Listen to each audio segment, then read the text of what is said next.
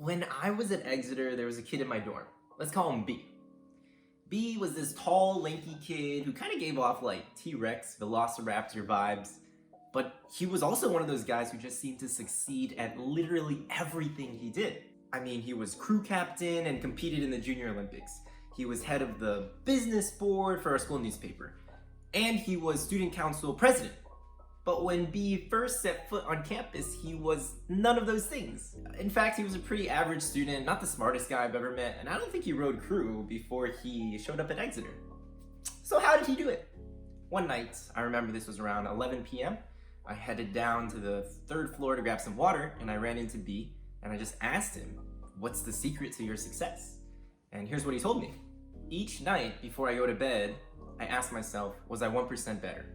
Am I a better athlete? Am I a better leader? Am I a more kind individual? I try to think back to specific moments in my day that I can point to and say, yes, I grew there. Yes, I put in the effort. And if that moment's not there, then I try to make it happen the next day, and the day after that, and the one after that one too. I mean, this was a pretty revolutionary notion to me, especially as a 14-year-old away from home. The thing that struck me was that not only did B talk about constant marginal improvement, but he had this built-in process of reflection each night before going to bed. This was literally the last thing that B thought of every single night before he dozed off. I was also surprised at how he turned this amorphous 1% concept into something concrete. He wanted to be able to pull up a specific piece of evidence from his day to prove that he was dedicated to his craft. Now, the important thing isn't even that he improved, it's that he tried. Some days he told me he would go all out and row a 2K, but his time would get worse. But the effort was there, and the intention was there. After more than 1,000 days of living and applying this approach, B applied early to Harvard and was accepted. Quick aside, guys, if you enjoyed that anecdote, please consider saucing this video a like. I will be donating a dime for every like this video gets to Girls Who Code. And if you enjoy this kind of content about college admissions tips and life advice, please consider subscribing to my channel. Thank you guys so much. Back to the 1% rule.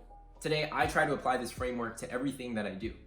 But rather than simply saying, oh, I want to be a better YouTuber by 1%, I find it's a lot more sensible to take this larger goal and break it down into smaller parts. For instance, how can I make my lighting 1% better? How can I make my audio 1% better? My thumbnails 1% better? My content, my communication? Same thing with breaking and my approach to dance. How can I be 1% more flexible? How can I be 1% more creative? Make my execution 1% cleaner? Oftentimes, I find that just asking this question unlocks so many possibilities. And I think that, honestly, the question is more important than the answer. You are so tacky.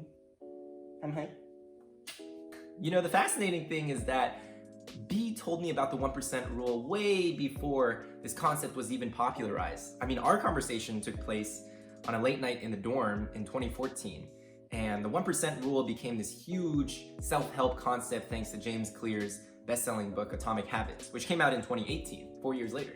I've read the book, and it's awesome. In it, Clear explains that a 1% improvement every day translates to a 37x improvement over the course of an entire year.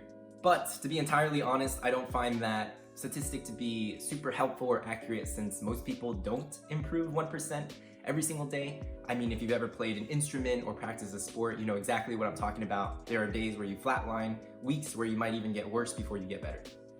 My recommendation to get over that mental hurdle is to develop what I call the melting point mindset.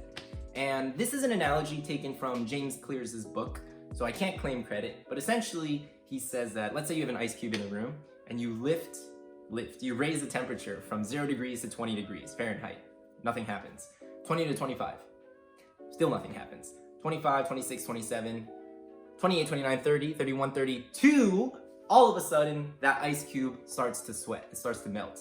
So, what does this mean for us? If you guys are chasing some kind of goal, whether that's financial success, physical success, you have to remember that for a long time it might feel like nothing is happening, but all of a sudden you might hit a breakthrough one day. That's what you have to remember, that this breakthrough is inevitable. It's not a matter of if, it's just a matter of when, right? You're one video away from blowing up. You're one application away from getting that scholarship that you need. In the comment section below, guys, let me know how you plan to apply the 1% rule to a certain dimension of your own life. I promise, because my channel is so small, I will respond to every single comment. I'm really curious to hear what you guys are working on and how you're trying to get better. Last but not least, I just wanted to let you all know that I'm still available for 20-minute coffee chats at the following link, bit.ly/botherkevin20. This offer is valid up until the point where I reach 1,000 subs. But yeah, I would be more than happy to talk to you guys about entrepreneurship, personal development, college admissions, whatever you guys want. I'm constantly rooting for you guys, and your success is my success. Till next time, peace.